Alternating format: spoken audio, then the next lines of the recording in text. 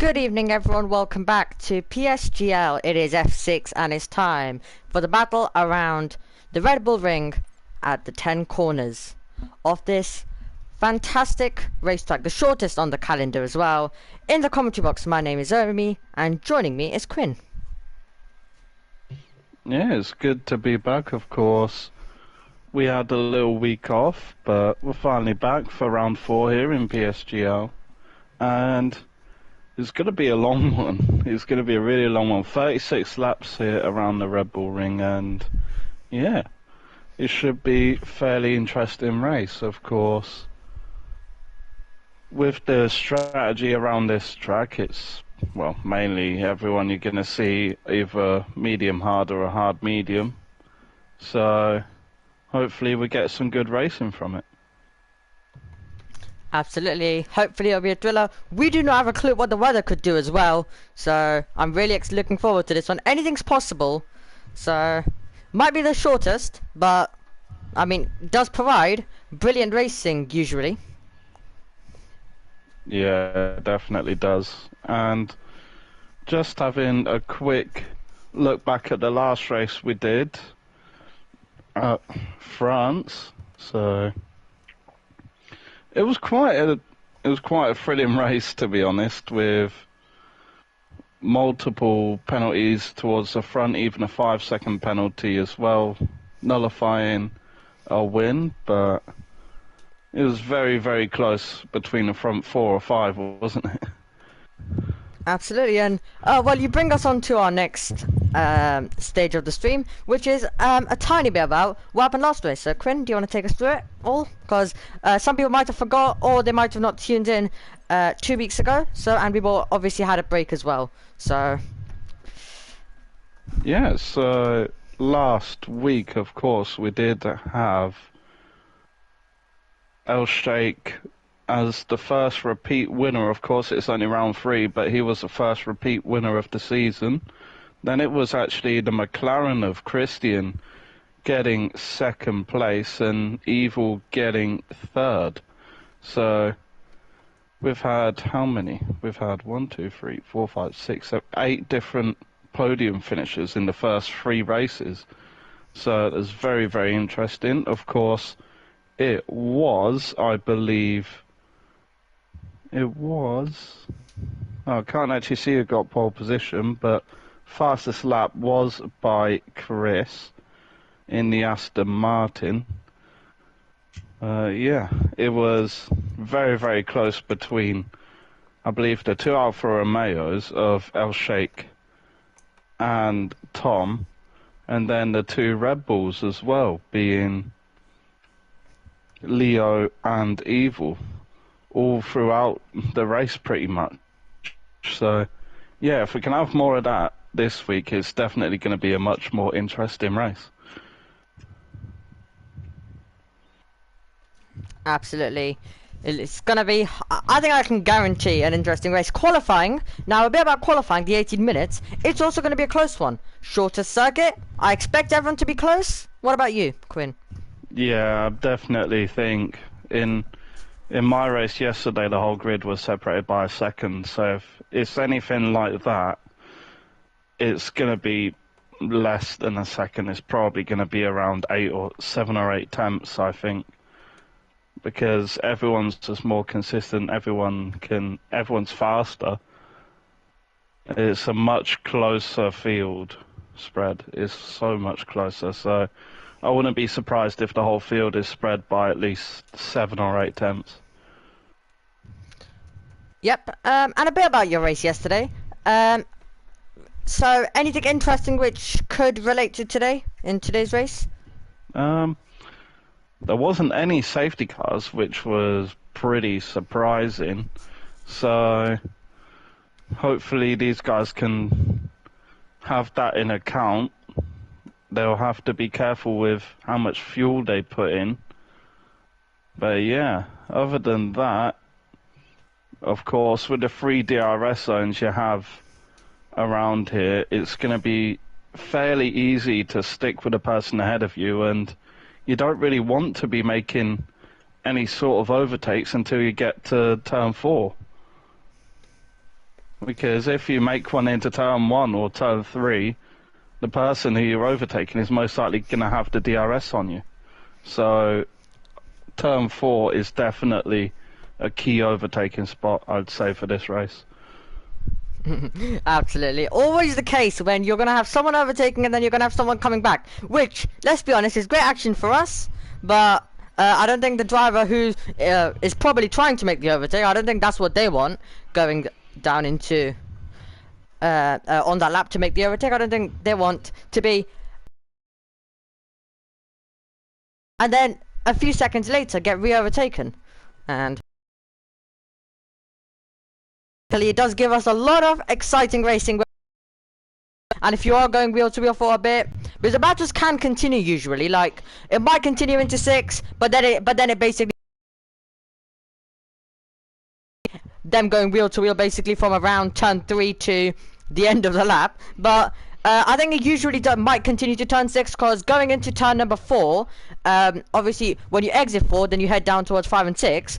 Some battles do continue. Maybe someone's too late on the brakes and then someone does the switch back, etc. So anything is possible, and we could see a lot of different things, and that's why this race is going to be interesting, and definitely one which I'm always looking forward to. In any league, I'm always looking forward to this one, and especially this session. This session always excites me with how close it gets, and it really goes down. This one will go down to the wire, that's one thing. Like, it usually goes down to the wire any circuit, but this circuit is one of them where we're definitely going to see everyone being close. So it's going to be the finest margins which the drivers will need to find if they want to start on pole position. Yeah, definitely. With a track that's so short and so few corners, you've got to make the most of every corner, really. And just quickly going over the briefings for this race, the main thing these drivers need to be aware of, pit entry for the race, you have to keep to the right side of the line. You're not allowed to cut across the white line on the pit entry. So you have to stick to the right side of the pit entry line, or else you could get reported and there may well be a penalty coming your way. Yep, so the drivers will need to be careful of that. But as we were saying earlier, it can be basically, it comes down right. Any corner, any little snap you have, any kind of little mistake can cost you around this circuit. And one of the best qualifying sessions it is always. So here we have the drivers coming out. So is there any faces you don't recognise, Quinn, from last race? Or this season at all, so far? I think definitely the two Red Bulls you have to keep an eye on, because those two were very solid in France, and of course the two Alfa Romeos as well. But Tom isn't here, I believe, so L-Shape will want to capitalise on his win last race and get another race win and make it his third of the season. Currently I'm on board with Fusion, as he's the first person to start his lap. The first few corners have looked decent from him into turn 4, braking at about 75 meters. You want to be careful through. He did get on the curb a bit too much, which disrupted his throttle.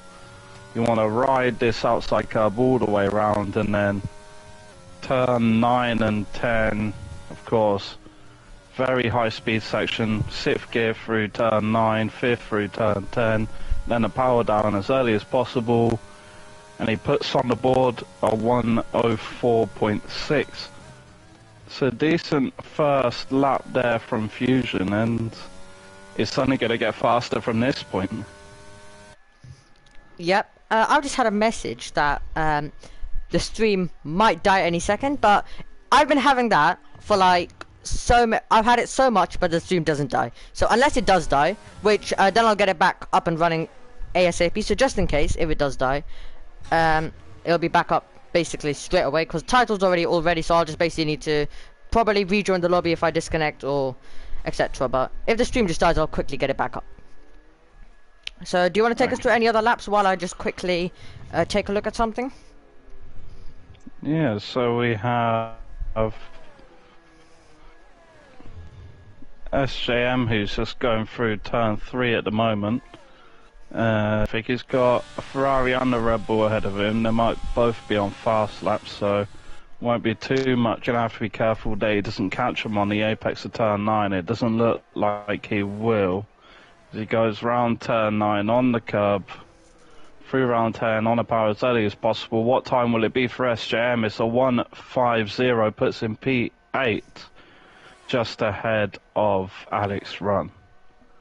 So from SJM, and if anyone else is on a lap, we're going to hop on board with GSP Payne now as he exits turn 3. But it is Chris who puts himself on provisional pole with a 1:04.3. So back to GSP Payne here. He has got a McLaren on his outside, moves out of the way, and just Payne on the curb. Very clean through turn 9, turn 10 on the power, early as you can. What time will it be for GSP Payne? 1:04.7, puts himself P6, just behind Mendes. And we've got 2 more people who haven't yet set lap times. So let's wait and see what those 2 can do. Yep, so currently our championship leader in 4th position, and we're still waiting for 2 more laps to come in, and we might be getting them now. We have Mike pushing on as he heads now down towards turn number 9, and he will sweep the car in, and then turn number 10 will be the final corner he has to navigate. Runs in there hot, keeps it in track limits. Now can he do it to the final corner? Gets on the power, DRS goes open. Let's see what he can do as he comes over the line. Wait for it. It's currently 18th position for him, and I think Woolley, was it? The other driver? Who didn't? No, it was Leo. Leo put himself in P6 with a 1:04.7. Yep, probably why I didn't notice that, because he was right at the bottom. I knew there was 2 drivers, but Leo finding a massive improvement, so thought it was Woolley for a second. But so yeah, I'll just quickly now update it to our leaders. So that's the gap, but it's not, to be honest, I do have to say, I was expecting it to be a tiny bit more closer, but I think the other guys will find some time. But it's currently Chris with the advantage. Yeah, both Aston Martins having a good showing here in Austria, and Chris has, like you said, he's nearly got a 3/10 margin on his teammate. So it's going to take a special lap to topple over Chris in this session. Yep, Chris 6th in the championship. He's going to do all he can. Remember, these are still early races, so if he gets good results, he could find himself fighting for the championship later on, and he'll just need to be consistent. That's the main thing. You always need to be consistent, and any race, you can't afford to have too many bad races. Maybe 1 in a season, or 2, maximum 3, but you can't afford to have too many bad races. So because this championship will come down to this, because there will be some drivers who are basically around your pace, but they make 1. You might have the slight edge, but they do better. They're more consistent. It might not even be about wins, because in some leagues I know that some drivers haven't even won races in there right up there. So it might just be about 2nd and 3rds always being consistent, rather than someone who wins and then is down there in 10th or 9th. So consistency is also going to be key in this championship. Yeah, definitely, 100%. You just gotta hope, really, because if there's a track that you might not be good at yourself, then you just gotta try and make the best out of the situation. Even if you finish like bottom end of the points, it's still putting towards your total. And yeah, so consistency, especially in PSGL, is very, very key. I'm just on board with Woolley as he's going to be setting his lap time. It will be enough to put him into P8 at 1:04.8, so just under a second separating the whole grid. I think it is about 0.99 of a second. Yeah, well, 0.989 of a second separating Chris from Nath Clark. So we are about halfway, well, nearly halfway through this session, and yeah, it's getting pretty close at the front. So got another whole second half of this session to go, so anything can happen, and Pyro's been disqualified for blocking the pit lane. Yep, definitely not what Pyro wanted. But one more point on the consistency. For example, you have Payne, who is second in the championship, but if he's not going to obviously have the best races and he's going to be in 8th this one, he'll obviously lose points compared to Ishake, who is still up there in 4th, and he still has probably improvements to come. So consistency will be key, even if you are not going to be winning every race. Yeah, definitely. You just gotta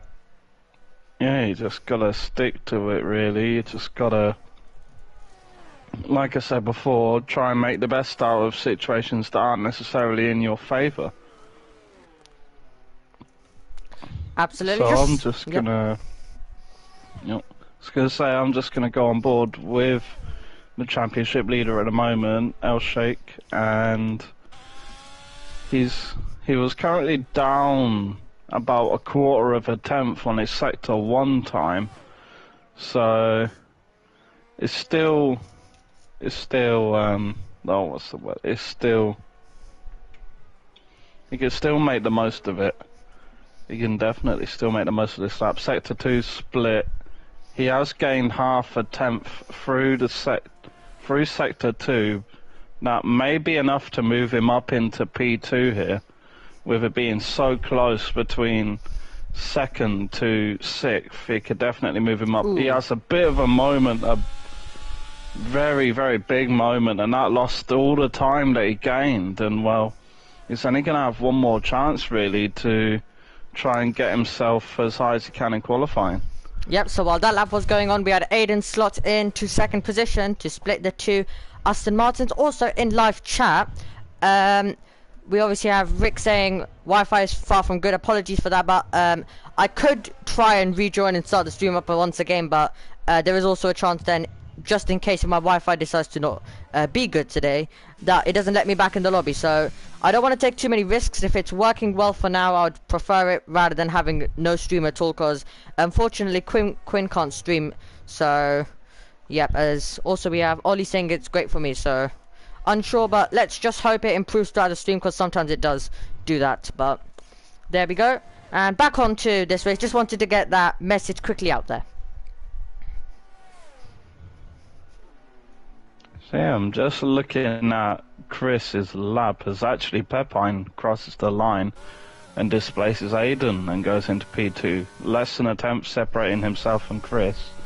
And Chris is currently on a lap. He was slightly down through sector 1, about 0.04 of a second. And he has a little bit of a moment on the exit of turn 4, just wheel spin just a little bit. But overall it's looking quite solid this second lap from Chris. Gets on the curb quite a bit there, nearly invalidates. I didn't quite see the sector split there for Chris for sector 2. So just have to wait until he gets up to the line on the curb, fully on the curb before the exit turn 9, and he invalidates. He actually invalidated there. It would have been a massive improvement for him as well. It would have created even more of a gap to him, well, from him to Pepine. But it's all going to ride on this last lap for him. As I go on board with his teammate now, Fusion. He's going to have traffic to his right, but slows down, and he's actually going to come into the pits and abort that lap. Yep, as Christian also comes in, because now the drivers obviously will be coming in, most of them, getting on to a set of new softs and get ready for their final push, which will decide, because it will obviously come down to the last few laps, I believe. The drivers can get their laps in early, but I think it's all going to be down to the right to the end. But currently Chris has been in control of this session, but we could obviously see changes as there's Wooly spinning the car and losing it right on the exit out of turn number 7 and 8, as he's going to get back in as some outlaps as well. But so who are we predicting for pole? Quinn, go first. I definitely think Chris is gonna be.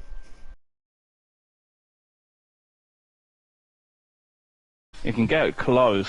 You can get really close to the time, but honestly, if I had to say a name, it would be Chris. Well, never mind, Marlon. Marlon just beat him. He's about 400ths of a second faster. So the Ferrari's looking good after last week in France. It was a terrible race for the Ferraris with both of them DNFing, I believe. So very, very good showing here so far for, well, at least one of the Ferraris in Marlon, with the whole grid effectively in a Ferrari sandwich. Yeah, one Ferrari at the front and one Ferrari at the back of, obviously, excluding Pyro, but he's been disqualified, so he can't do anything. So, well, obviously, we were expecting it. We were expecting it to be anyone's game. It is. I'll go for a shake. Our championship. I think he's gonna, our championship leader, I think he's gonna do it right at the end. So let's hope I get that prediction correct. Or let's hope it's close at least. Because I would like this championship to be very close as well, but I think that's who I'm gonna predict. Because at this stage, really, it's basically just picking a random driver at this stage. Because you never know who's gonna do it. Because I didn't really expect Marlon, except when I went on board with him through the second sector.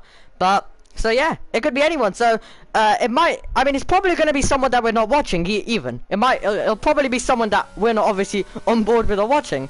Like, Yeah. unfortunately, we can't watch all the drivers at once. But Yeah, we don't. We're not Sky Sports. We can't have POVs on every single driver at the same time, unfortunately. But I'm just on board with Evil as he's doing a preparation lap. I think he tried a fast lap the previous lap, but it just didn't work out for him, and he's going to get a nice little tow from the Alpine, who just came out of the pits. He didn't quite get the full effect of it, but it was enough to get him a little bit of an improvement here through Sector 1, just over half a tenth out of Turn 3. Very good on the power. All the way down to Turn 4. Downhill braking is very, very easy to lock up into this corner, but seems to have it okay. Now through the sweeping corner, down here into this double left-hander, down into fifth. You want to keep the throttle on as much as you can. 1.5 tenths, it will be enough to move him up maybe into the top 10. We'll have to see what his last two corners are like. Going through turn 9, all on the curb on the outside, and back on the curb on the outside again, and get the power as early as you can. It will be P8, a 104.7 for Evil, and his teammate Leo retires at turn 1.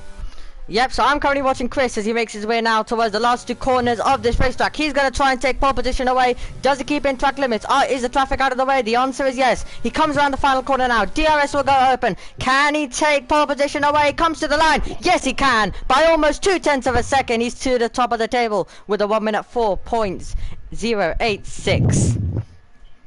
Yeah, and his teammate put himself in P3 with a 1:04.4. So looking like an Aston Martin 1-3 so far, and it's actually Elshake puts himself P2 with a 1:04.2. And looking if anyone else is on the fast lap, I believe Pepine is on his fast lap. Yep, they all are. Gonna stick on board. Maybe it is Slow Salt. Crossing the line, goes into P8, displaces Pain and Evil. Looking at Fusion, he's going into the pits now, so only P4 and Pepine has actually invalidated his lap, so he's coming into the pits. Yep, so who else is going to be Yep, go ahead. Yeah, Payne's in the pits as well, and both Alpha Romeo, well no, both Alpha Tauris are on slow laps. Yep, SJM's just coming into the pits, and Wooly, yeah, he's not on a fast lap, so he's going to be coming into the pits. So this will